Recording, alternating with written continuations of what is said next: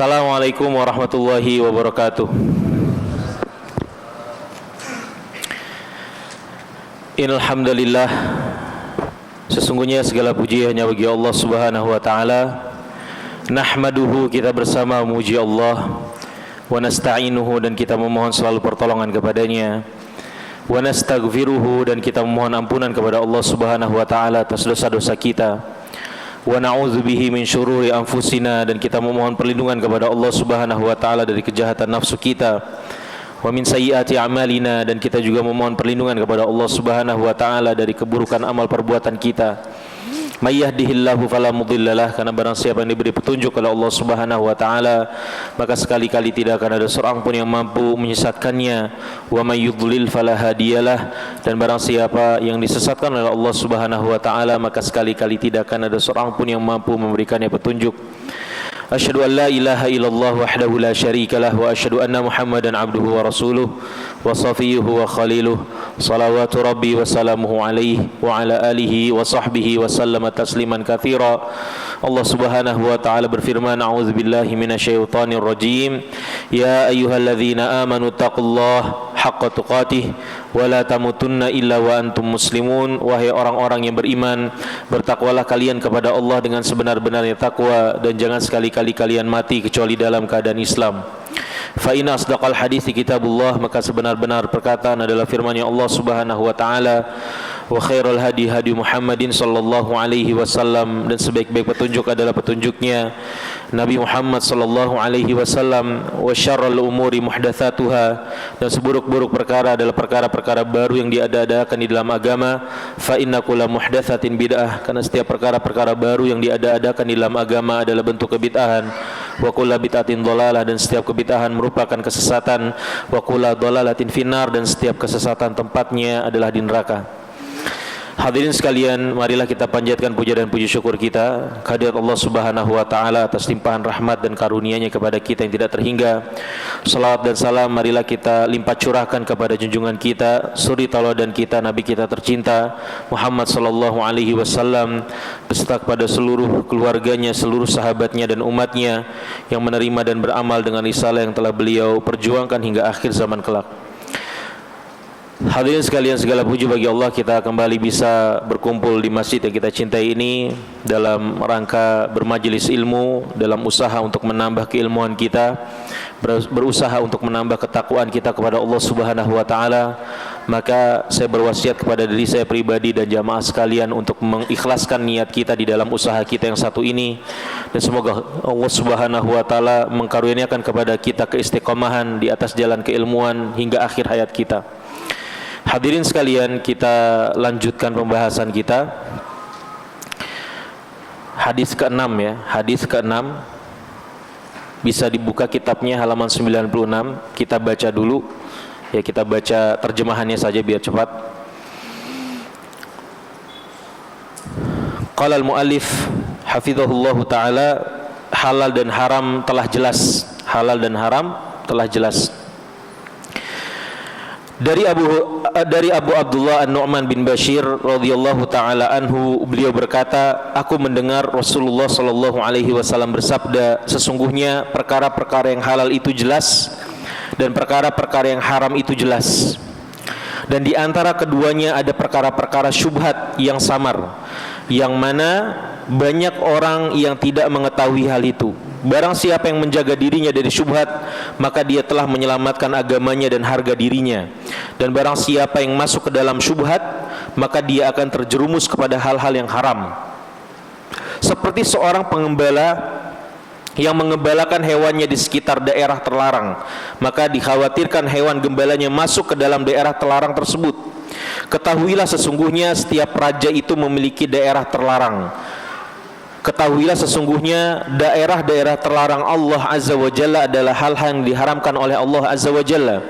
Ketahuilah sesungguhnya di dalam jasad setiap orang itu ada segumpal daging, yang mana jika segumpal daging itu baik, maka baiklah seluruh anggota badannya, dan jika ia buruk, maka akan buruklah semua anggota badannya. Ketahuilah dia adalah jantung atau qalbu. Hadis riwayat Bukhari nomor 52 dan Muslim nomor 1599. Syarah. Hadis ini menjelaskan tentang perkara yang halal dan yang haram. Ya, kita di dalam hadis ini nanti kita akan membahas tentang perkara yang halal dan haram. Rasulullah Shallallahu Alaihi Wasallam menyebutkan bahwasanya sesuatu yang halal atau haram ada yang jelas dan ada yang diragukan. Perkara yang halal dan haram terbagi menjadi 3. Ingat ya hadirin sekalian, kita sedang membahas halal dan haram serta turunan daripada itu. Perkara yang halal dan haram terbagi menjadi 3. Pertama, perkara yang jelas halalnya, yaitu perkara yang jelas halalnya sangatlah banyak, baik berupa makanan dan minuman, akad-akad ataupun yang lainnya, banyak sekali, tidak terbatas. Ya, yang halal itu banyak sekali. Kedua, perkara yang jelas haramnya. Perkara yang jelas haramnya juga sangat banyak, baik berupa makanan dan minuman atau akad-akad. Di antara makanan yang diharamkan adalah daging babi, anjing, bangkai, hewan yang disembelih untuk selain Allah Azza wa Jalla dan lainnya. Di antara minuman yang diharamkan adalah khamar atau minuman memabukkan lainnya. Adapun akad-akad yang diharamkan contohnya riba, nikah mut'ah, jual beli gharar dan yang lainnya. Perkara-perkara halal sama perkara-perkara yang haram, banyakan mana, Pak? Ya, banyakan yang halal daripada yang haram. Yang haram itu terbatas, jumlahnya tidak banyak. Adapun yang halal, yaitu banyak sekali jumlahnya, tidak disebutkan satu persatu saking banyaknya. Tetapi yang haram-haram disebutkan sama Allah Subhanahu wa taala, ya, atau lewat lisan Rasulullah sallallahu alaihi wasallam. Ya. Nanti sebelum perkara ketiga, hadirin sekalian, dalam permasalahan halal dan haram, ya, yang menentukan halal dan haram satu perkara itu siapa? Yang menentukan halal dan haram satu perkara itu siapa? Allah Azza wa Jalla. Syariat Allah. Tidak ada yang punya hak selain daripada Allah Subhanahu wa taala menentukan satu hal itu haram atau satu hal itu halal. Allah yang menentukan, bukan siapa-siapa. Lalu sekarang bagaimana sikap kita? Ya. Bagaimana sikap kita tentang ketetapan Allah ini antara halal dan haram ini? Bagaimana sikap kita sebagai seorang muslim, Bapak-bapak? Sami'na wa ata'na. Ya, ketika Allah Subhanahu wa taala sudah menentukan satu hukum ini A, maka tidak ada pilihan lain buat kita. Ketika Allah Subhanahu wa taala sudah menentukan hukum ini B, ya sudah. Tidak ada pilihan lain. Makanya Allah Subhanahu wa taala berfirman, ya, di dalam Al-Qur'anul Karim, kata Allah Subhanahu wa taala, "Wa ma kana lil mu'minin wala mu'minah idza qadallahu wa rasuluhu amran ay yakuna lahumul khiyarah." Ya. Kalau Allah Subhanahu wa taala dan Rasulnya sudah menetapkan satu perkara, tidak ada pilihan lain. Tidak ada pilihan lain. Sami'na wa ata'na, hadirin sekalian. Saya sampaikan hal ini hadirin, ya. Kita ingatkan diri kita bersama sebagai seorang muslim yang baik, seorang yang beriman kepada Allah Subhanahu wa taala, ya, segenap dengan keluasan hati kita. Maka sebagian dari kaum muslimin, semoga Allah Subhanahu wa taala memberikan hidayah kepada mereka. Mereka menganggap perkara halal dan haram itu perkara yang bisa diremehkan atau perkara yang bisa dinegosiasikan, perkara yang bisa berubah sesuai dengan kehendak hati mereka. Ya, ini gak boleh seperti ini. Halal dan haram mutlak hukumnya, sudah absolut. Sebagai seorang muslim kita apa? Kita tunduk kepada ketentuan Allah Subhanahu wa taala tersebut. Ya, jangan sampai kemudian hadirin sekalian kita menjadi atau mengadopsi pemikirannya atau mentalitasnya orang-orang Yahudi. Di mana Allah Subhanahu wa taala menyebutkan di dalam surat Al-Baqarah, ya, ayat 84 sampai 86. Kata Allah Subhanahu wa taala, "Afatu'minuna bi ba'dil kitab wa takfuruna bi ba'd." Apakah kalian beriman kepada sebagian daripada kitab? Ini Allah Subhanahu wa taala sedang membicarakan siapa? Orang-orang ya Yahudi. Ini orang-orang Yahudi. Afatu'minuna bi ba'dil kitab wa takfuruna bi ba'd. Kalian beriman kepada sebagian dari kitab kalian dan kemudian kalian mengkufuri sebagian dari yang lainnya. Ini mentalitas orang-orang Yahudi. Ya. Al-Baqarah ayat 84 sampai 86 ini hadirin sekalian turun karena kasusnya orang-orang Yahudi. Dulu sebelum Islam datang ke Madinah, ya, sebelum dakwahnya Rasulullah SAW sampai ke Madinah, sebelum kemudian Rasulullah dan para sahabat berhijrah ke Madinah, ya, ada dua kabilah besar di Madinah atau Yathrib, kabilah bangsa Arab, ya, Aus dan Khazraj. Ya, ini dua kabilah ini perang terus, kerjanya perang. Dan kemudian di sana ada Bani Yahudi atau apa namanya, Bani Israel di sana. Orang-orang Yahudi ada kabilah-kabilahnya, ada apa? Qainuqa, ya. Terus apa lagi? Kabilah Yahudi di Madinah, Bani Nadir, ya kan? Dan kemudian Yahudi di situ. Dan masing-masing Yahudi ini apa? Berkoalisi. Ya, sebagian dari mereka berkoalisi dengan Aus, suku kabilah Aus, dan kemudian sebagian lagi dengan Khazraj. Masing-masing dari Yahudi tersebut punya apa namanya? Punya sekutu-sekutu. Dan ketika Aus dan Khazraj berperang, orang Yahudi satu sama lain juga berperang. Ya, masing-masing membela apa? Membela sekutunya masing-masing, membela koalisinya masing-masing. Ya, padahal ya yang sudah ditetapkan di dalam kitab mereka, hadirin sekalian, kalau kita sebutkan di ayat 84 sampai 86, Allah Subhanahu wa taala bilang, "Tsumma antum haula'i taqtuluna anfusakum wa tukhrijuna fariqam minkum min diyarihim. Tadhaharuna 'alaihim bil itsmi wal 'udwan wa iyatukum usaratu faduhum wa huwa muharramun 'alaikum ikhrajuhum." Ketika perang terjadi antara Aus dan Khazraj, dan kemudian orang-orang Yahudi masing-masing berperang dengan sekutunya itu, ketika selesai perang, ya, ada satu ketetapan yang di dalam kitab mereka, kalau ada orang Yahudi yang menjadi tawanan, maka dibayar, ya, dibayar dengan apa? Tebusan, uang tebusan. Syariat mereka seperti itu. Di dalam ayat ini disebutkan, hadirin sekalian, orang Yahudi dilarang di dalam kitab mereka membunuh antara mereka satu dengan yang lainnya, nggak boleh berperang antara satu kabilah Yahudi dengan kabilah yang lain. Orang Yahudi nggak boleh berperang satu sama yang lain, ya. Dan kemudian nggak boleh mengusir, ya, sesama mereka dari tempat tinggal mereka. Ada ketetapan di dalam kitab mereka. Yang ketiga ketetapan di dalam kitab mereka, ketika kemudian terjadi peperangan, ya, terus tertawan di antara mereka, harus bayar apa? Bayar tebusan, nggak boleh dibunuh. Ini ketetapan tiga nih, ya. Dan Allah Subhanahu wa taala kemudian menegur mereka. Kenapa? Orang Yahudi cuman mengerjakan yang ketiga. Kalau tertawan ditebus. Adapun yang pertama sama kedua, nggak boleh bunuh, nggak boleh mengusir, mereka tinggalkan itu semua. Dipilih-pilih sama mereka, orang-orang Yahudi ini. Makanya Allah Subhanahu wa taala bilang, afatu'minuna bi ba'dil kitab wa takfuruna bi ba'd.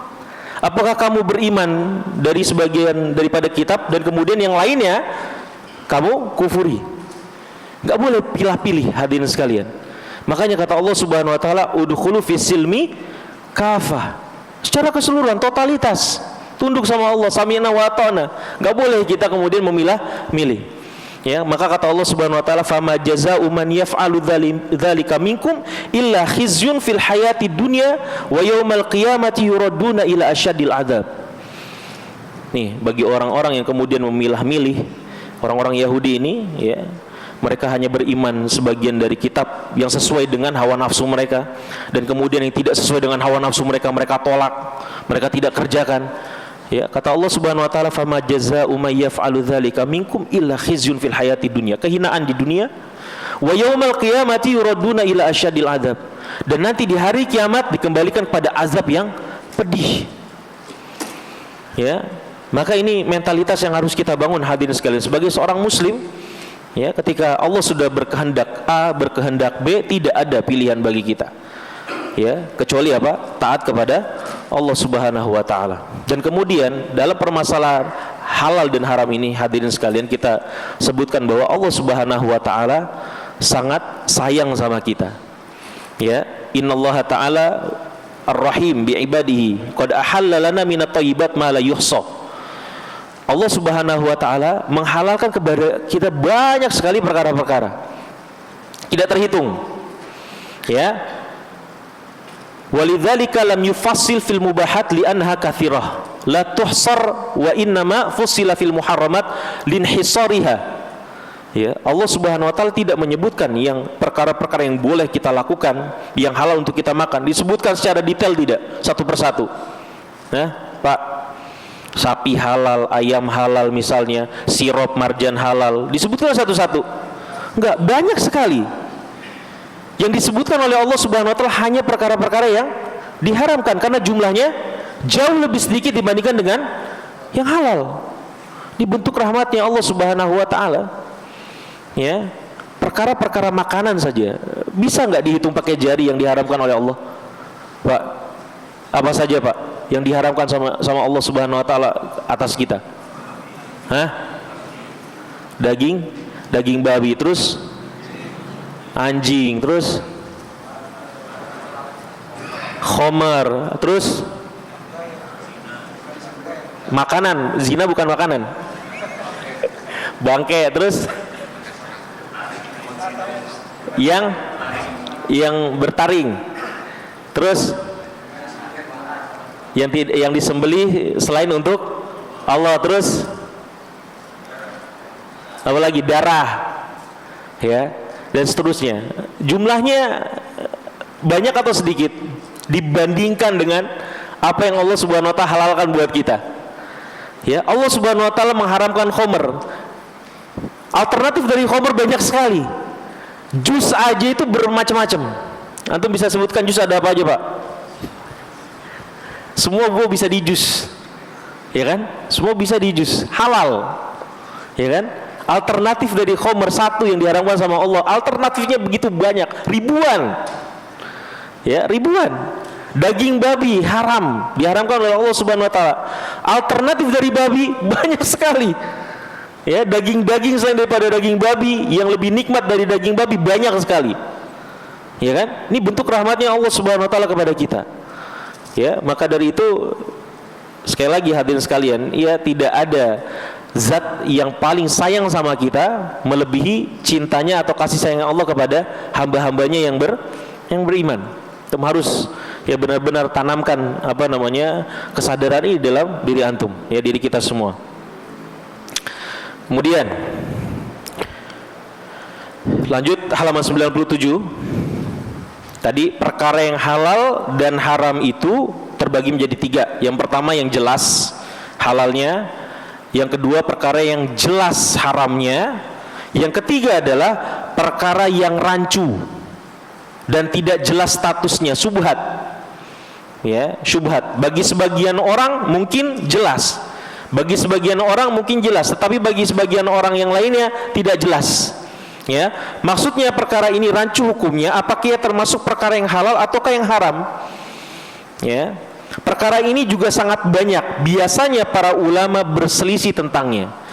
Kenapa terjadi kerancuan? Kenapa terjadi kebingungan antara satu orang dengan orang yang lainnya terhadap sebuah hukum dari satu perkara? Karena para ulama berselisih pendapat di dalamnya. Ya, ketika mereka menyimpulkan daripada dalil-dalil, kesimpulan mereka berbeda-beda. Kesimpulan mereka berbeda-beda. Contoh permasalahan yang diperselisihkan dalam masalah makanan, daging kuda. Ada yang pernah makan daging kuda di sini? Pak, ada yang pernah makan daging kuda nggak? Angkat tangan.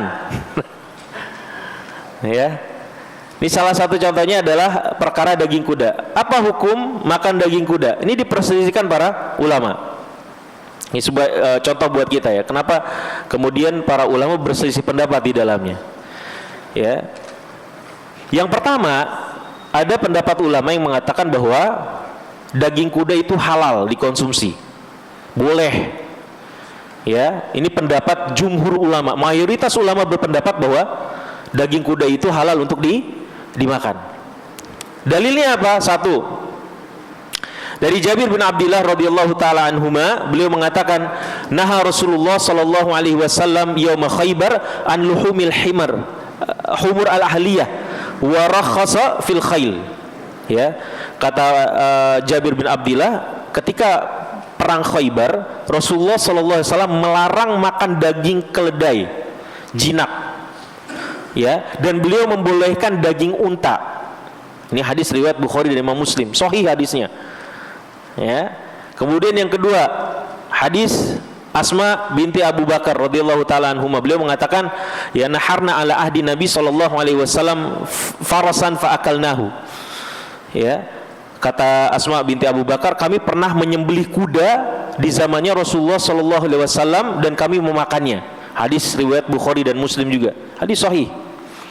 Ya, dan kemudian ada juga dalil yang mengatakan safarna ma'a Rasulillah sallallahu alaihi wasallam wa kunna na'kulu lahmal khayl wa nashrabu albanaha. Kami pernah bersafar bersama Nabi sallallahu alaihi wasallam dan kami makan daging kuda dan minum susunya. Ya, hadis sahih juga sanadnya. Nah, ini pendapat pertama. Kuat tidak, Pak, dalilnya? Kuat, sahih Bukhari, sahih Muslim. Ya. Pendapat kedua, para ulama ada yang berpendapat bahwa kuda hukumnya makruh dimakan. Makruh, nggak boleh dimakan. Makruh itu boleh dimakan ya, tetapi kalau bisa dijauhi. Ini pendapatnya Abu Hanifah. Ya, pendapatnya Abu Hanifah. Kenapa? Dalil mereka adalah surat An-Nahl ayat 5 sampai ke 7. Allah Subhanahu wa taala ya menyebutkan wal khayla wal bighala wal hamira litarkabuha wa zina wa yakhluqu ma la ta'lamun. Dia menciptakan kuda, bigol. Bigol itu tahu, Pak? Bigol itu himar dan kuda keledai dan kuda dikawinkan. Anaknya jadi bigol. Ya, anaknya jadi bigol. Lebih kecil dari kuda, lebih besar dari keledai. Dan keledai agar bisa kalian tunggangi dan sebagai hiasan. Dia juga menciptakan makhluk yang tidak kalian ketahui. Ya, dari sini istimbatnya Abu Hanifah dan ulama lainnya dari sini adalah mereka mengatakan makruh hukumnya. Kenapa? Karena tujuan daripada Allah Subhanahu wa taala ya memfungsikan kuda itu adalah sebagai apa? Untuk dinaiki, sebagai hiasan. Ya, bukan untuk dimakan. Kuat tidak dalilnya? Kuat tidak, Pak, dalilnya, Pak?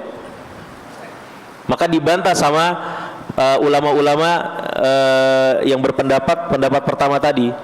Ya, Allah Subhanahu wa taala menyebutkan bahwa kuda, kemudian keledai, bigol itu sebagai hiasan untuk ditunggangi, itu tidak berarti ya kuda, keledai dan bigol itu haram atau makruh dimakan.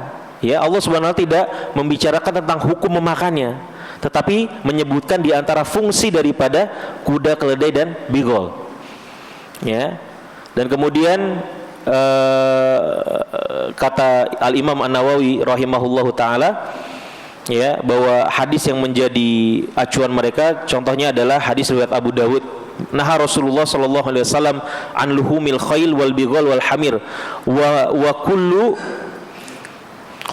dzinabin minas siba. Rasulullah sallallahu alaihi wasallam melarang makan daging kuda, bighal, khimar dan semua hewan buas yang bertaring. Maka kata para ulama ini hadisnya mansukh dengan dalil-dalil yang tadi, hadis-hadis riwayat Imam Bukhari dan Imam Muslim. Ya, al-muhim poinnya adalah para ulama bersisi pendapat di dalam hukum memakan daripada kuda ini. Ya, ini jadi dikategorikan perkara yang rancu dan tidak jelas statusnya antara halal dan haram. Ya, contoh misalnya contoh lainnya di sini disebutkan daging buaya. Ada yang pernah makan daging buaya? Hah? Buaya air bukan buaya darat nih, Pak. Ya, contoh makan daging buaya. Kalau tadi kan kuda itu antara apa namanya halal ya dan makruh ya kan, halal dan makruh. Ini makan daging buaya nih. Ada yang bilang haram, ada yang bilang halal. Halal dan haram nih. Tidak jelas statusnya. Contohnya makan daging buaya. Pendapat pertama yang membolehkan memakan daging buaya ini adalah pendapat mazhab Maliki, salah satu pendapat Syafi'iyah, ya, dan salah satu pendapat dari Imam Ahmad bin Hambal. Mereka berdalil dengan keumuman ayat yang membolehkan memakan daging hewan air yang hidup di air, ya, hewan yang hidup di air semuanya halal. Karena Allah Subhanahu wa taala berfirman, "Uhilla lakum saydul bahri wa ta'amuh." Dihalalkan bagi kalian hewan buruan yang hidup di air dan semua makanan dari laut. Surat Al-Maidah ayat 96. Jadi semuanya. Buaya itu hewan air apa hewan darat? Pak. Bukan yang tinggal di Bintaro, bukan Pak. Buaya hewan. Hewan darat apa hewan air nih? Aduh, ikhtilaf ulama. Contohnya lagi misalnya, kata Rasulullah sallallahu alaihi wasallam, huwa tahuru ma'uhu al-hillu maitatu. Laut itu atau air itu suci airnya dan halal bangkainya. Ya, halal bangkainya. Hadis riwayat Abu Dawud. Ya, dan kemudian wa qala al-Auza'i saydul bahri kulluhu halal wa kullu ma maskanuhu wa 'aishuhu fil ma. Kila wa timsah qala na'am. Al-Imam Al-Auza'i pernah berkata bahwa seluruh hewan buruan laut semuanya halal dan semua binatang yang hidupnya di air semuanya halal. Dan ada orang yang bertanya bagaimana dengan buaya? Ditanyakan kepada Al-Imam Al-Auza'i, maka dia mengatakan iya halal. Ya, halal. Dan Said Ibnul Musayyib pernah berkata juga, wa yu'kalu timsah wa inkana duwaib wa jami'ud dawabi al-ma'. Said Al-Musayyib pernah berkata buaya boleh dimakan walaupun ia melata di darat dan juga semua hewan air yang melata di darat. Ya. Ini pendapat pertama. Ini saya lagi sedang tidak merojihkan pendapat, tetapi supaya antum mengerti persoalan di sini. Kenapa ada terjadi ya tadi syubhat antara perkara halal sama perkara haram. Yang kedua, ya, di sisi lain sebagian ulama mengatakan apa haram, nggak boleh dimakan. Ya, kenapa? Karena bertaring. Buaya bertaring. Ya, kata Rasulullah sallallahu alaihi wasallam dalam sebuah hadis riwayat Imam Muslim, naha Rasulullah sallallahu alaihi wasallam an kulli dzinabin minas siba wa an kulli dzi mikhlabin minat tayr. Rasulullah sallallahu alaihi wasallam melarang makan binatang buas yang memiliki taring dan setiap burung buas yang memiliki cakar. Ya. Jadi berbeda pendapat, yang satu bilang halal, yang satu bilang haram. Jadi perkara ini disebut oleh al-mu'allif hafizahullah taala perkara yang rancu, belum jelas, tidak jelas hukumnya. Ya. Contoh misalnya ulat sagu, ular laut dan banyak lagi yang lainnya. Semua ini diperselisihkan oleh para ulama, apakah halal ataukah haram. Sebagian ulama mengatakan haram dan sebagian ulama lainnya mengatakan halal. Contoh permasalahan yang diperselisihkan dalam masalah akad-akad. Ya, contohnya permasalahan di dalam akad-akad, ya, akad sewa menyewa yang berakhir menjadi jual beli atau hak milik.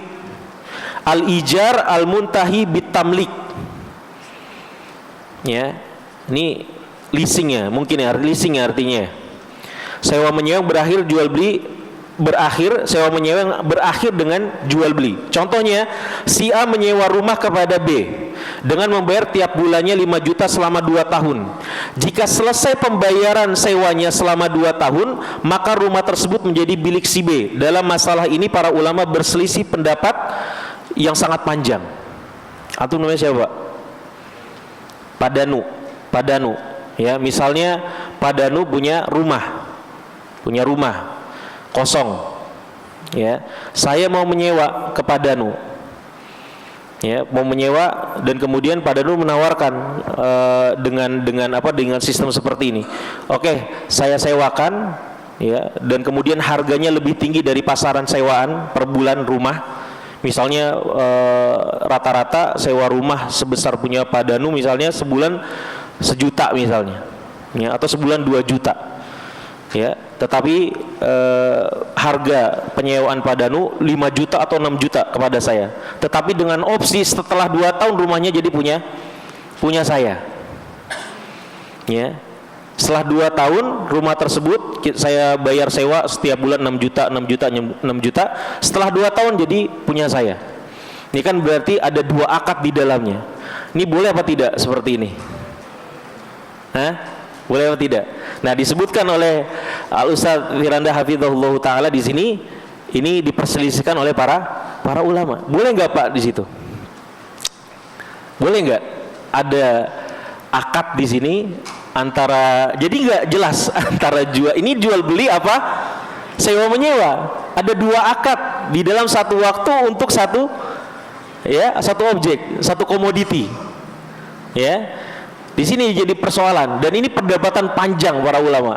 Ini saya rangkumkan sedikit. Kenapa ini diperbincangkan? Ada para ulama yang kemudian membolehkan, ada yang mengharamkan. Pertama Pak, di dalam contoh yang disebutkan oleh mu'allif hafizahullah taala, transaksi tidak eksis dan mantap pada salah satu di antara dua transaksi tersebut, ya. Tidak kelihatan jelas apakah ini sewa menyewa atau jual beli, ya. Karena ia berada di antara transaksi. Jika ia berhasil menyempurnakan angsuran maka menjadi jual beli, kalau tidak sempurna hanya jadi sewa menyewa. Benar tidak? Ya, rumahnya Pak Danu bisa menjadi milik saya kalau saya nggak ada problem dalam pembayaran sewa. Ya, kalau sampai 2 tahun saya penuh membayarnya jadi milik saya. Kalau misalnya di tengah jalan saya punya problem, masalah keuangan sehingga saya nggak bisa bayar, saya nggak dapat apa-apa. Sudah mah bayarnya apa? Mahal. Ya, 2 kali lipat, 3 kali lipat dari harga pasar. Gitu ya. Jadi nggak jelas. Dan nanti di dalam muamalah ada aturan bahwa di dalam satu transaksi, ya, tidak boleh ada 2 akad. Harus jelas. Di sini nggak jelas. Ini jual beli atau sewa menyewa. Dan kemudian yang kedua, kenapa di sebagian ulama mengatakan ini nggak boleh, ini haram? Terdapat unsur jahalah, ketidakjelasan tadi sebagaimana yang disebutkan, ya. Ini sewa menyewa apa jual beli, nggak jelas. Ya, coba kalau dari sisi antum, ini antum bisa nggak menyimpulkan ini sebenarnya jual beli apa sewa menyewa? Antum bisa simpulkan nggak? Hah? Ini yang jago fikih muamalah coba. Ini jual beli apa sewa menyewa? Bisa antum pastikan? Susah kan? Susah. Di satu sisi sewa menyewa, di satu sisi kalau saya berhasil jadi jual beli, nggak bisa. Ya. Dan kemudian kenapa para ulama kemudian mengharamkannya? Ini ada unsur gorornya. Goror itu apa? Penipuan. Ya, dan memakan harta orang lain dengan cara yang batil. Karena apa? Penyewa terkadang tidak mampu membayar angsuran sampai lunas. Benar nggak Pak? Apalagi cuma ngontrak gaji UMR misalnya. Tiba-tiba ya tahun kedua dia kerja dipecat misalnya. Ya, sehingga dia punya trouble untuk melanjutkan pembayaran. Itu bisa saja terjadi seperti itu. Jika tidak mampu melunasi, maka ia tidak mendapatkan barang. Udah angus, nggak bakal bisa dapat rumahnya. Ya, terhenti di tengah jalan, ya kan? Nggak dapat barang. Padahal apabila akad itu benar jual beli, maka ia telah berhak mendapatkan barang dan wajib melunasi angsurannya. Kalau dari awal sudah jual beli, ya, meskipun di tengah jalan nanti ada tadi trouble seperti itu, saya masih bisa melunasinya meskipun nanti tertunda, ya, atau segala macam. Tetapi dalam akad ini saya sudah nggak bisa berbuat apa-apa. Rumah bukan punya saya dari awal, ya. Rumah baru akan menjadi milik saya setelah 2 tahun kalau saya mampu melunasi. Ya, ini ada goror di sini, ya. Demikian juga pembeli berhak mendapatkan nilai pembayarannya ketika transaksi gagal karena ada aib atau sejenisnya. Kalau ia tidak mampu sehingga dianggap membayar sewa atas pemakaiannya, maka ia telah membayar lebih mahal dari biaya sewa umumnya karena berharap mendapatkan kepemilikan barang tersebut, ya kan? Saya sudah bayar capek-capek tadi pasaran ukuran rumahnya Pak Danu misalnya di Bintaro ini 2 juta per bulan. Saya rela kemudian bayar 6 juta, 7 juta, 8 juta karena saya ingin mendapatkan kepemilikan nanti di ujung daripada pembayaran tersebut. Ya, 2 tahun itu saya akan mendapatkan kepemilikan rumah. Ternyata apa? Mentok di tengah jalan, nggak bisa. Saya sudah bayar mahal untuk apa? Penyewaan, dan saya nggak dapatkan apa-apa. Ya, nggak bisa memiliki rumah tersebut. Ya, maka di sini ada kezoliman. Ya kan? Ada kezoliman di sini. Nah, terus sisi gorornya juga adalah karena ia masuk dalam transaksi atas barang yang bisa ia dapatkan kalau mampu melunasi seluruh angsuran dan bisa tidak dapat, sehingga ia telah membayar pada sesuatu yang masih bersifat spekulatif antara memiliki atau tidak memilikinya. Ya, saya disebut memiliki juga tidak, ya kan? Tetapi disebut tidak memiliki juga saya sudah menyewanya dan sudah terjadi akad kalau setelah 2 tahun saya bisa membayar jadi punya saya. Jadi serba nggak jelas di sini, ya. Dan terakhir apa? Kedua transaksi yaitu sewa dan beli berlaku pada satu barang, dan ini yang menjadi persoalannya. Ya di dalam kaidah aturan muamalah Islamiyah kita nggak boleh kemudian bertransaksi dalam satu transaksi dengan dua akad, ya nggak boleh seperti itu. Nah makanya fatwa Hay'ah Kibar Ulama ya mengharamkan jenis daripada ya yang disebut dengan al-ijar al-muntahi bitamlik ini, al-ijar al-muntahi bitamlik atau IMBT ya. Kemudian selanjutnya ada akad murabahah, akad murabahah. Dan nanti Pak hadirin sekalian yang tadi yang apa namanya sewa menyewa yang berakhir dengan jual beli, tentu nanti ada kemudian para ulama membuat aturan-aturan sehingga diperbolehkan. Ya, ada jenisnya, ada kemudian teknisnya yang kemudian akhirnya menghilangkan semua gorornya. Menghilangkan semua gorornya. Itu pembahasan yang panjang. Kemudian yang kedua, akad murabahah. Ya, jual beli dengan modal ditambah keuntungan yang diketahui. Ya, bingung antum? Maksudnya apa? Jual beli dengan modal ditambah keuntungan yang diketahui apa? Contohnya kayak gini. Contohnya, si A ingin membeli barang dari si C. Namun si A tidak memiliki uang. Lalu si A mendatangi si B agar si B mau membeli terlebih dahulu barang dari si C. Akhirnya si B membeli barang tersebut kepada si C dengan harga 10 juta secara kontan, lalu menjualnya kepada A dengan harga 13 juta secara kredit. Pak Danu, ini Pak siapa? Pak Yardi. Ya, Pak Danu punya barang, misal handphone lah. Ya, punya handphone. Pak Yardi mau beli handphonenya Pak Danu, tapi Pak Yardi nggak punya uang. Misalnya aja nih Pak ya. Karena Pak Yardi nggak punya uang untuk membeli handphone, akhirnya Pak Yardi hubungin saya. Ya, harganya misalnya tadi 10 juta harga handphonenya. Ya, akhirnya Pak Yardi bilang ke saya, tolong ya saya mau beli handphone nih, tapi saya nggak punya uang. Pak Yardi bilang kepada saya seperti itu, saya nggak punya uang. Bagaimana caranya? Ya kalau begitu berapa harganya? 10 juta. Oke, saya beli harga apa? Saya beli handphone ya Pak Danu dengan 10 juta, ya barang diri saya. Kemudian saya jual ke Pak Yardi. Pak Yardi nggak punya uang. Kalau begitu kredit. Harganya bukan 10 juta, tapi berapa? 13 juta misalnya. Angsur-angsur di apa? Pak Yardi bayar kepada saya secara berangsur. Nah ini menjadi apa? Perdebatan para ulama. Para ulama berselisih dalam hukum jual beli yang seperti ini. Sebagian ulama mengatakan bahwa akad yang seperti ini halal, dikarenakan barang itu sudah menjadi milik si B. Sudah punya saya sudah beli dari Pak Danu. Ya, hak saya dong. Kemudian saya jual ke Pak Yardi. Ya, meskipun dengan berangsur. Ya, sudah dengan harga yang saya tentukan. Ya, ini kata sebagian ulama ini boleh-boleh saja. Boleh-boleh saja. Karena apa?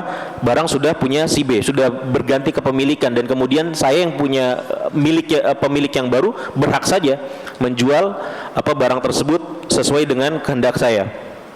Sebagian ulama lainnya mengatakan bahwa akad ini haram. Ya, akad ini haram. Hal ini dikarenakan hakikat kasus contoh di atas sama dengan si A meminjam uang kepada si B 10 juta, namun dia membayarnya sebanyak 13 juta, dan itu adalah riba. Ya. Pada hakikat ya Pak, ketika misalnya saya minjem uang kepada Pak Danu 10 juta. Kemudian ketika saya mengembalikan uang tersebut lebih daripada 10 juta, maka ini adalah riba. Ya, ini adalah riba. Sebagian ulama kemudian mengatakan kasus seperti ini adalah haram karena mirip dengan apa? Kamuflase daripada riba itu sendiri, atau disebut dengan bai'ul ainah. Tahu bai'ul ainah, Pak? Bai'ul ainah ini kamuflase dari riba. Contohnya seperti ini, bai'ul ainah itu. Ya. Pak Danu butuh duit. Ya, Pak Danu butuh duit. Saya punya duit. Ya, ini bai'ul inah nih. Kata Rasulullah sallallahu alaihi wasallam, "Idza tabaya'tum bil inah wa akhadtum adnabal baqar wa raditum bizar' wa taraktumul jihad sallallahu alaikum dzullan la yanzi'uh hatta tarji'u ila dinikum." Kalau kalian sudah mulai jual beli dengan inah.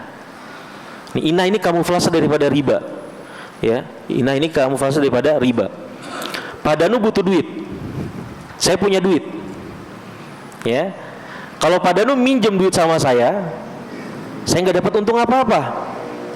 Kalau saya mengambil untung, riba. Paham ya? Saya mengambil untung dari peminjaman ini, riba. Saya makan riba, nggak mau saya makan riba. Akhirnya saya punya ide brilian, ya, di utak-atik nih, di utak-atik. Akhirnya apa? Pak Danu mau minjem duit misalnya 10 juta kepada saya. Kalau minjemin saya nggak dapat untung. Saya punya handphone, ya, handphone. Pak Danu kemudian saya tawarin handphone saya. Ini handphone nih 10 juta. Pak Danu protes dong. Seorang saya mau minjem duit kok dikasih handphone? Saya nggak punya duit buat beli. Tunggu dulu, saya bilang ke Pak Danu. Tunggu dulu Pak Danu. Nih, ambil ini, harganya 13 juta. Harganya 10 juta. Saya jual ke Pak Danu 13 juta. Bapak bayar ke saya kredit selama 1 tahun, jangka waktunya satu tahun. Nih 13 juta Pak. Pak Danu bilang lagi, saya nggak punya duit. Pegang dulu Pak, tenang. Ya, dipegang lah. Terjadi kan? Sudah, Pak Danu terima dengan apa namanya? Dengan akad kredit 13 juta selama 1 tahun. Sudah di tangan Bapak kan? Tolong ambil Pak. Nah, sudah di tangan Bapak, Pak Danu nih. Sudah selesai. Akhirnya, sini Pak Danu, saya beli. Ini duit 10 juta. Buat Pak Danu. Keren gak Pak? Pak Danu pulang bawa uang 10 juta. Saya punya untung 3 juta nanti setahun kemudian. Ini bai'ul inah, haram, gak boleh. Ini riba nih. Ya, diakal-akalin. Ya, kalau langsung misalnya saya pinjemin 10 juta, kemudian saya syaratkan nanti 1 tahun kemudian bayar ke saya 13 juta, itu riba, haram. Makanya diutak-atik seperti ini. Ini bai'ul inah. Boleh nggak hukumnya? Nggak boleh. Ya, ini cara-cara orang Yahudi. Ini paling pintar orang Yahudi seperti ini. Ya, ngutak-ngatik hukum. Ya, maka ini nggak boleh. Kenapa para ulama kemudian ada yang mengharamkan ya? Karena mirip dengan bai'ul inah ini. Cuman kalau di bai'ul inah ada ada dua orang, ya. Di sini ada 3 orang yang terlibat. Ya, karena para ulama melihat zohirnya, ini sama aja kalau kayak gini, sama bai'ul inah. Ya, maka berbeda pendapat. Ya, kalau yang pendapat pertama tadi ya, udah, ini barangnya sudah punya saya, terserah dong saya mau jual ke siapapun, nggak masalah. Ya, yang kemudian pendapat yang kedua mengharamkan karena ini bai'ul inah ini. Ya, ini surahnya surah bai'ul inah. Sama aja, kamuflase untuk riba. Kamuflase untuk riba. Dan seterusnya. Ini banyak sekali kasus-kasus seperti ini hadirin sekalian. Ya. Kemudian itu bisa dilihat tabel di halaman 99. Perkara yang halal dan haram terbagi menjadi 3. Ya, ini antum sekali lagi saya ulangi Pak. Saya pesan ke antum, ya, antum yang intensif ngaji di sini, antum baca-baca. Ya, dan salah satu kelebihan dari kitab yang disusun oleh Al-Ustaz Firanda Hafizahullah Ta'ala, beliau ini bikin tabel-tabel. Ini tabel-tabel ini supaya antum bisa memahami permasalahan dengan simple. Kalau di tabel-tabel itu enak. Ya, kalau antum baca, antum mengulang. Kalau nggak dibaca sama aja, nggak ada gunanya. Ya, ini sudah diringkaskan oleh beliau, masya Allah, dengan tabel-tabel. Tolong lihat, ya. Kita sudah beberapa hadis kita bahas, kan beliau selalu menyertakan tabel-tabel di situ untuk menyederhanakan persoalan. Ya, menyederhanakan persoalan supaya antum bisa paham, mengerti dengan baik. Ya, mengerti persoalan di dalam pembahasan yang sedang kita bahas. Nah, kemudian halaman 99, sebab terjadinya syubhat. Sebab terjadinya syubhat. Lihat semua pembahasan ini pada kitab Jami'ul Ulum wal Hikam. Ya, ini beliau ringkaskan buat kita. Pada hakikatnya tidak ada satu masalah pun di dunia ini kecuali ada hukumnya dari Allah Azza wa Jalla dan Rasulnya. Ya, ingat Pak, para sahabat Rasulullah Sallallahu Alaihi Wasallam pernah mereka berbincang-bincang, ya, berbincang-bincang tentang kesempurnaan Islam, tentang apa namanya kesempurnaan dakwahnya Rasulullah Sallallahu Alaihi Wasallam, tentang risalah yang Rasulullah sudah sampaikan kepada para sahabatnya untuk umat Islam. Dan kemudian diantara mereka ada yang mengatakan laqad 'allamakum nabiyyukum hatta al-khira'ah. Ya, Nabi kalian itu sudah menjelaskan kepada kalian sampai perkara kamar mandi, sampai perkara buang hajat sudah diterangkan sama Rasulullah. Sudah diterangkan enggak, Pak? Sudah diterangkan tata caranya seperti apa, masuk ke kamar mandi dengan kaki kiri, keluar dengan kaki kanan, baca doanya apa, sudah diterangkan semuanya. Ya, kalau perkara apa? Perkara kamar mandi saja sudah diterangkan, apalagi perkara yang lain. Ya, apalagi perkara yang lebih besar dari itu. Kalau perkara kamar mandi saja sudah dijelaskan, apalagi yang lain. Sudah sempurna Islam ini, sudah dijelaskan oleh Allah dan Rasulnya. Baik hukum tersebut ditetapkan dengan dalil khusus, dalil umum, atau kias. Nanti kita akan bahas. Nanti akan dibahas juga oleh Ustaz Firanda Hafizahullah Ta'ala. Meskipun demikian, terkadang ada hal-hal yang menyebabkan hukum suatu masalah tertentu itu menjadi samar bagi sebagian orang. Ya, nggak jelas bagi sebagian orang. Ya, namanya manusia, akalnya apa? Berbeda-beda. Kecerdasan kita berbeda-beda. Kadang satu orang, ya, satu permasalahan untuk satu orang itu jelas sekali. Ini gampang, gampil. Bagi orang lain apa? Jelimet, susah banget dimengerti sama mereka. Ya, makanya apa di antara akidahnya Ahlussunnah wal Jamaah, ya, konsep beragama kita tidak kemudian menjadikan akal sebagai acuan utama. Kenapa? Ya, namanya akal manusia apa? Berbeda-beda. Akal siapa yang kemudian kita akan jadikan acuan? Ya, makanya kata kalau tidak salah Imam Malik, ya, apakah setiap datang orang yang pinter, ya, kemudian datang setelahnya orang yang lebih pinter, kita tinggalkan pendapatnya, kemudian berpegang kepada orang yang lebih pinter ini, dan kemudian nanti kalau ada orang yang lebih pinter lagi datang, kita berpegang kepada perkataan orang ini, enggak akan selesai. Di atas langit ada langit. Sebagaimana logika manusia, kecerdasan manusia. Antum merasa pinter, ada yang lebih pinter dari antum, ya, dan ada yang lebih pintar dari beliau, ada yang pintar lagi. Namanya akal tidak akan pernah habis. Ya, makanya ketika berurusan dengan dalil-dalil syar'i, ya, kita berserah kepada Allah Subhanahu wa taala, kita menyerahkan dengan atau menundukkan akal kita kepada dalil-dalil syar'i. Ya, kita mendahulukan dalil daripada akal kita, karena akal kita terbatas. Ya. Di antara sebab-sebab yang menjadikan hukum suatu permasalahan itu samar adalah sebagai berikut.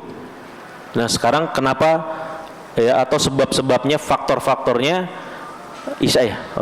Kita lanjutkan setelah sholat insyaallah. Bismillahirrahmanirrahim. Wassalatu wassalamu ala Rasulillah wa ba'd.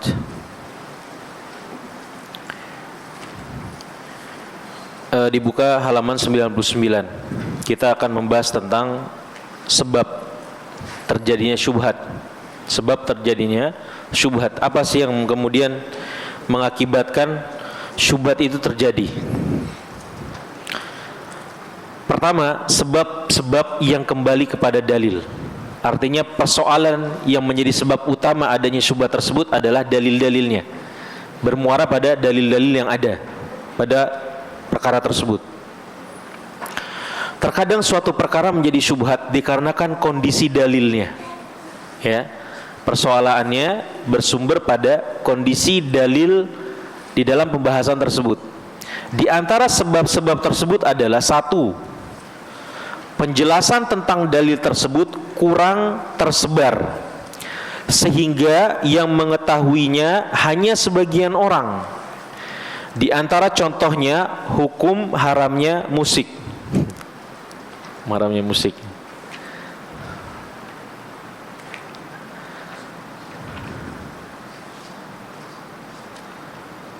Bentar.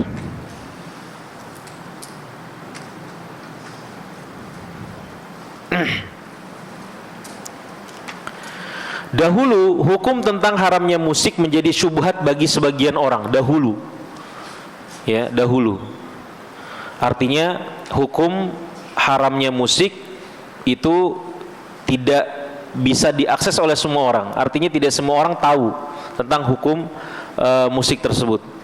Sebenarnya dalil yang menjelaskan akan keharaman musik sangatlah jelas. Dalil tentang hukum haramnya musik sangat jelas. Lihat footnote nomor 4. Di antara dalil-dalil keharamannya musik adalah hadis yang diriwayatkan oleh Abu Amr atau Abu Malik Al-Asy'ari, bahwasanya ia mendengar Rasulullah sallallahu alaihi wasallam bersabda, la yakunanna min ummati aqwamun yastahilluna al-hir wal harir wal khamra wal ma'azif. Akan ada di kalangan umatku suatu kaum yang menghalalkan zina, menghalalkan sutra, menghalalkan khamar dan alat-alat musik atau al-ma'azif. Hadis riwayat Bukhari nomor 5268, Ibnu Hibban dan At-Tabrani. Hadis ini telah disahihkan oleh para ahli hadis. Mereka membantah pendhaifan Ibnu Hazm terhadap hadis ini, karena salah satu yang menjadi hujah orang-orang yang kemudian menghalalkan perkara musik ini yaitu pendapatnya Ibnu Hazm. Ya, dan di antara yang menjadi dalil daripada Ibnu Hazm, beliau mengatakan hadis yang barusan kita bacakan itu dhaif, kata beliau. Dan menyatakan bahwa pendapat beliau tidak dianggap. Ya, mereka membantah pendhaifan Ibnu Hazm terhadap hadis ini dan menyatakan bahwa pendapat beliau tidak dianggap. Bahkan Imam Al-Iraqi dalam Alfiyah Hadis mengatakan, jangan sampai engkau condong kepada pendapat Ibnu Hazm yang menyelisihi hadis. Lihat Alfiyah Al-Iraqi halaman 97. Ya, akan tetapi dahulu penjelasan dalil tentang haramnya musik tidak tersebar luas seperti saat ini, di mana berita sangat mudah tersebar. Artinya kitab-kitab, ya, hadis-hadis sangat mudah kita dapatkan. Ya, bahkan sekarang sudah jelas sejelas-jelasnya tentang hukum hadis, ya, dan kemudian ketika kita berusaha untuk menjama atau mengumpulkan hadis-hadis dalam sebuah persoalan itu mudah sekali, luar biasa. Ya, tinggal kemudian ketik di mana di teknologi informasi kita sekarang kemudian akan dirangkumkan. Ya, kita bisa memilah-milih dengan mudahnya. Ya, kemudahan yang diberikan oleh Allah Subhanahu wa taala kepada kita buat orang-orang yang mereka memang menghendaki kebaikan dengan teknologi ini. Ya, adapun orang yang menghendaki keburukan maka akan sangat banyak juga mendapatkan keburukan yang ia inginkan. Ya, nauzubillah. Akan tetapi dahulu penjelasan dalil tentang haramnya musik tidak tersebar luas seperti saat ini, di mana berita sangat mudah tersebar, sehingga penjelasan tentang keharaman musik menjadi sangat jelas. Bahkan sebagian ulama menukilkan ijma dan akan keharaman alat musik. Ya, lihat footnote nomor 5. Imam Al-Baghawi rahimahullah berkata, wattafaqu ala tahrimil mazamir wal malahi wal ma'azif. Dan mereka semua sepakat. Maksudnya siapa ini mereka?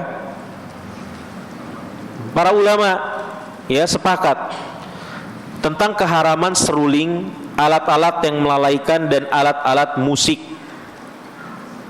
Ibnu Hajar Al-Haythami Asy-Syafi'i rahimahullah berkata, setelah beliau menyebut macam-macam alat-alat musik seperti gendang, gitar dan lainnya, maka kemudian beliau mengatakan, wa ghairu dzalika minal alatil masyhurah inda ahli lahwi was-safahah wal fusuq wa hadhihi kulluha muharramatun bila khilaf wa man haka fihi khilafan faqad ghalat aw ghalaba alaihi hawa hatta asammahu wa a'mahu wa mana'ahu hudahu wa zalla bihi ansanani taqwahu. Kata beliau, dan selain yang telah disebutkan dari alat-alat yang masyhur di kalangan orang-orang yang lalai, orang-orang yang bodoh, orang-orang yang fasik, semua ini adalah haram tanpa ada perselisihan sedikit pun. Barang siapa yang menukil akan adanya ikhtilaf dalam masalah ini, maka ia telah salah atau telah dikuasai oleh hawa nafsunya, sehingga menjadikannya tuli dan bisu, terjegah dari mendapatkan hidayah, dan ia tergelincir dari jalur takwanya. Ya, jadi banyak sekali hadirin sekalian para ulama yang menukilkan bahwa hukum daripada musik ini ijma. Para ulama sudah sepakat bahwa itu haram. Ya, contohnya misalnya disebutkan oleh Ibnu Hajar Al-Asqalani. Ya, di dalam Fathul Bari beliau mengatakan wa amma istima'u alatil mahalahi al-mutalaqat min wad'il ajim fa muharram mujma'un ala tahrimihi wa la yu'lam an ahadin minhum ar-rukhsah wa man naqala ar-rukhsata faqad kadzaba wa iftara. Kata Ibnu Hajar, adapun mendengar ya dentuman alat-alat musik ya maka dia haram, diharamkan. Mujma' ala tahrimihi, ijma' para ulama tentang keharamannya, ijma'. Ya, banyak sekali yang menukil ijma'. Maka kata Ibnu Hajar, wala yu'lam an ahadin minhum rukhsah, dan tidak ada satu orang pun ya dinukil darinya bahwa ada rukhsah dalam mendengarkan alat-alat musik tersebut. Wa man naqala rukhsah faqad kadzaba wa iftara. Kalau kemudian ada orang-orang yang mengaku ada rukhsah, ya, ada keringanan di dalam hukum pengharaman musik ini, artinya apa? Ya, ada pengecualian, maka kemudian kata Ibnu Hajar Al-Asqalani bahwa dia sudah berdusta dan dia sudah mengada-ngada. Enggak ada ijma, kata Ibnu Hajar Al-Asqalani. Begitu juga kata Al-Imam An-Nawawi. Ya, apa kata Al-Imam An-Nawawi? Al-mizmar al-iraqi wa ma yudrabu bihil autar haramun bila khilaf. Kata Imam An-Nawawi, seruling Irak dan apa saja yang berupa petikan-petikan senar, gitar-gitar, hukumnya haram tanpa ada perselisihan para ulama. Enggak ada khilaf, ijma. Ya, ijma para ulama. Kemudian Ibnu Qudamah ya diantaranya mengatakan bahwa dalam urusan fikih ya, ketika misalnya terjadi pencurian alat-alat musik ya, alat-alat musik, maka tidak ada potong tangan di dalamnya. Ya, ada orang kemudian kemalingan misalnya drumnya, gitarnya ya mencapai nisab kalau dirupiahkan gitu ya, atau didinarkan misalnya, sudah sampai nisab pencurian ya, maka kemudian tidak ada potong tangan. Kenapa? Karena alat-alat buat maksiat nggak ada ikop, artinya alat-alat buat maksiat nggak ada potong tangan di dalamnya.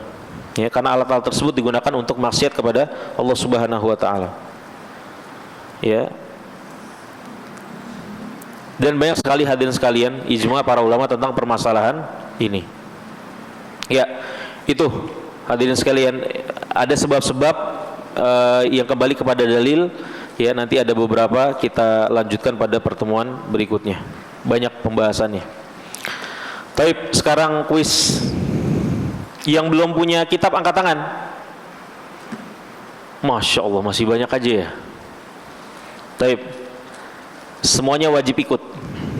Saya kasih soal yang baru-baru yang belum punya kitab bisa berkompetisi juga.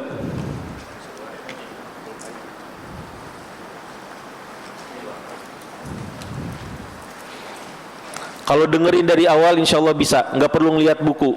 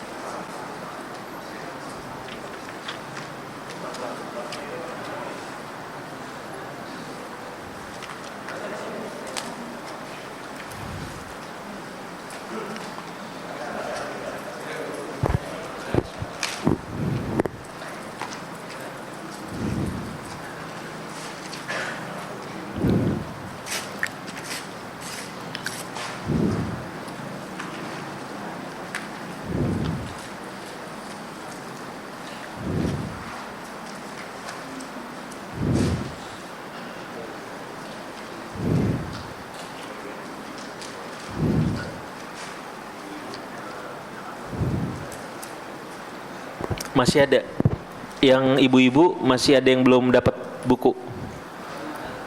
Banyak. Coba terakhir itu kita buat apa? Ana bilang di data ibu-ibu yang mulazimah Artinya yang benar-benar rajin didata, yang benar-benar mau intensif. Ya, kemudian nanti dibagikan langsung ya, Pak ya. Mungkin nanti didata lagi sama panitia yang benar-benar komitmen mau mau rajin gitu ya, mau ikut terus, maka nanti kita kasih. Kenapa ibu-ibu ada yang protes? Mau ikut juga? Ada yang nanya. Ya. Nanti panitia coba ya didata mungkin ibu-ibunya yang siap intensif berapa orang. Didata.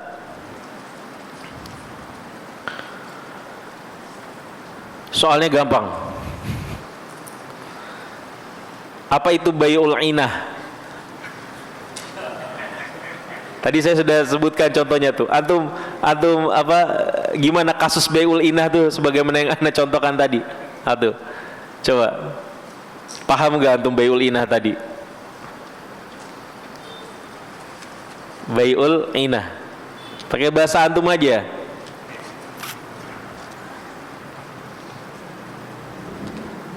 Yang belum punya kitab dikasih tanda biar ada anak prioritaskan. Kalau bener ya.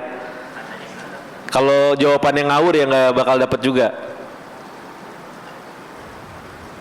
Itu bai'ul inah apa tadi itu?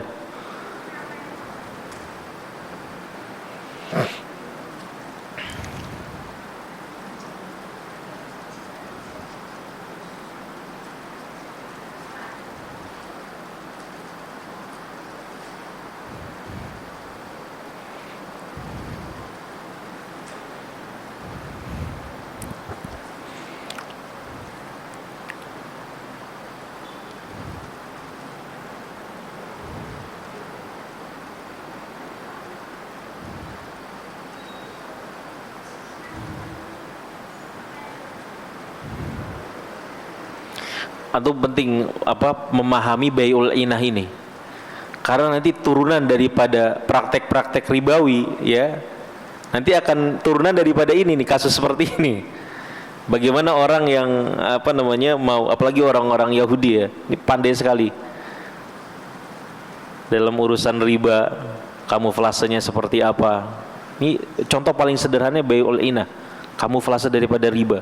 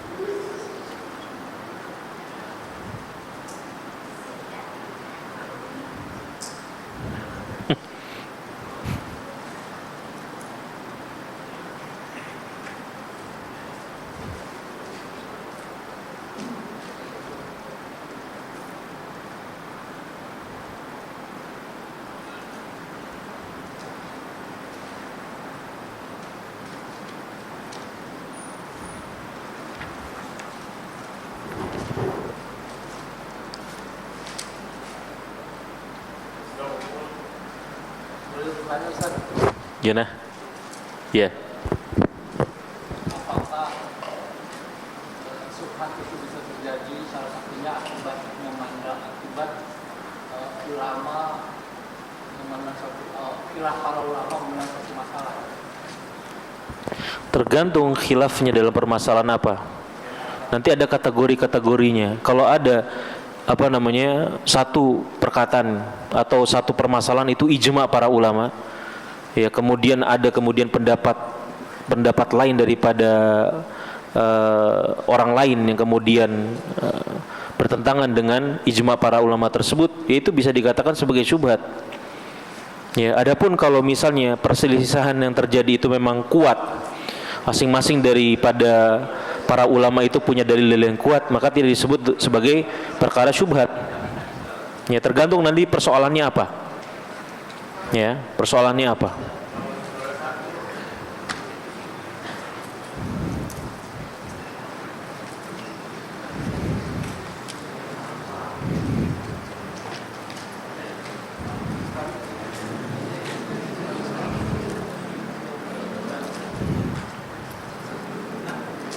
Ya.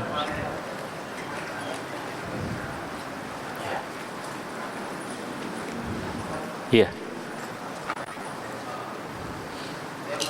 Masalah ini mungkin terjadi subhat. Saya selama ini sudah mendengar Ya. Muhammad SAW itu nikahi ibunda Khadijah itu umur 40 tahun dan Muhammad 5 tahun. Kabarnya saya pernah dapat lagi cerita bahwa itu riwayat itu salah. Kalau ya sebenarnya itu Nabi Muhammad SAW nikahi Khadijah itu umur 20 tahun. Iya. Nah ini kan terjadi, saya dapat informasi baru terjadi perbedaan pendapat. Iya. Sedangkan yang mengatakan menikahi Khadijah itu umur 20 tahun itu baru satu orang. Nah, ini saya jadi racun yang mana benar itu. ya, jadi tidak setiap persoalan yang kemudian terjadi perbedaan pendapat ulama di dalamnya kita sebut sebagai syubhat, tidak. Kembali lagi saya bilang, dikembalikan kepada persoalan. Ya, dikembalikan pada persoalan. Memang permasalahan itu kan permasalahan tarikh. Ya, permasalahan tarikh tidak seharusnya menjadi syubhat buat antum juga. Artinya efeknya kita ikut pendapat ulama tentang pernikahan antara Rasulullah SAW dengan Khadijah di umur usia berapa itu kan tidak berpengaruh apa-apa sebenarnya kepada agama kita. Bukan permasalahan akidah, bukan permasalahan muamalah, bukan permasalahan apa-apa gitu kan. Artinya tidak setiap ikhtilaf yang terjadi kemudian kita katakan itu sebagai syubhat, tidak. Dikembalikan lagi kepada persoalannya. Ya. Itu memang panjang. Enggak panjang sih, artinya memang terjadi perbedaan pendapat para ulama. Nabi Muhammad dan Siti Khadijah radhiyallahu taala anha, berapa usianya ketika mereka menikah? Berbeda-beda para ulama. Taib, ikhwas sekalian, kita cukupkan. Insyaallah kita lanjutkan pada pertemuan berikutnya. Alhamdulillahirabbil alamin. Subhanakallahumma bihamdik, asyhadu an la ilaha illa anta, astaghfiruka wa atubu ilaik. Assalamualaikum warahmatullahi wabarakatuh.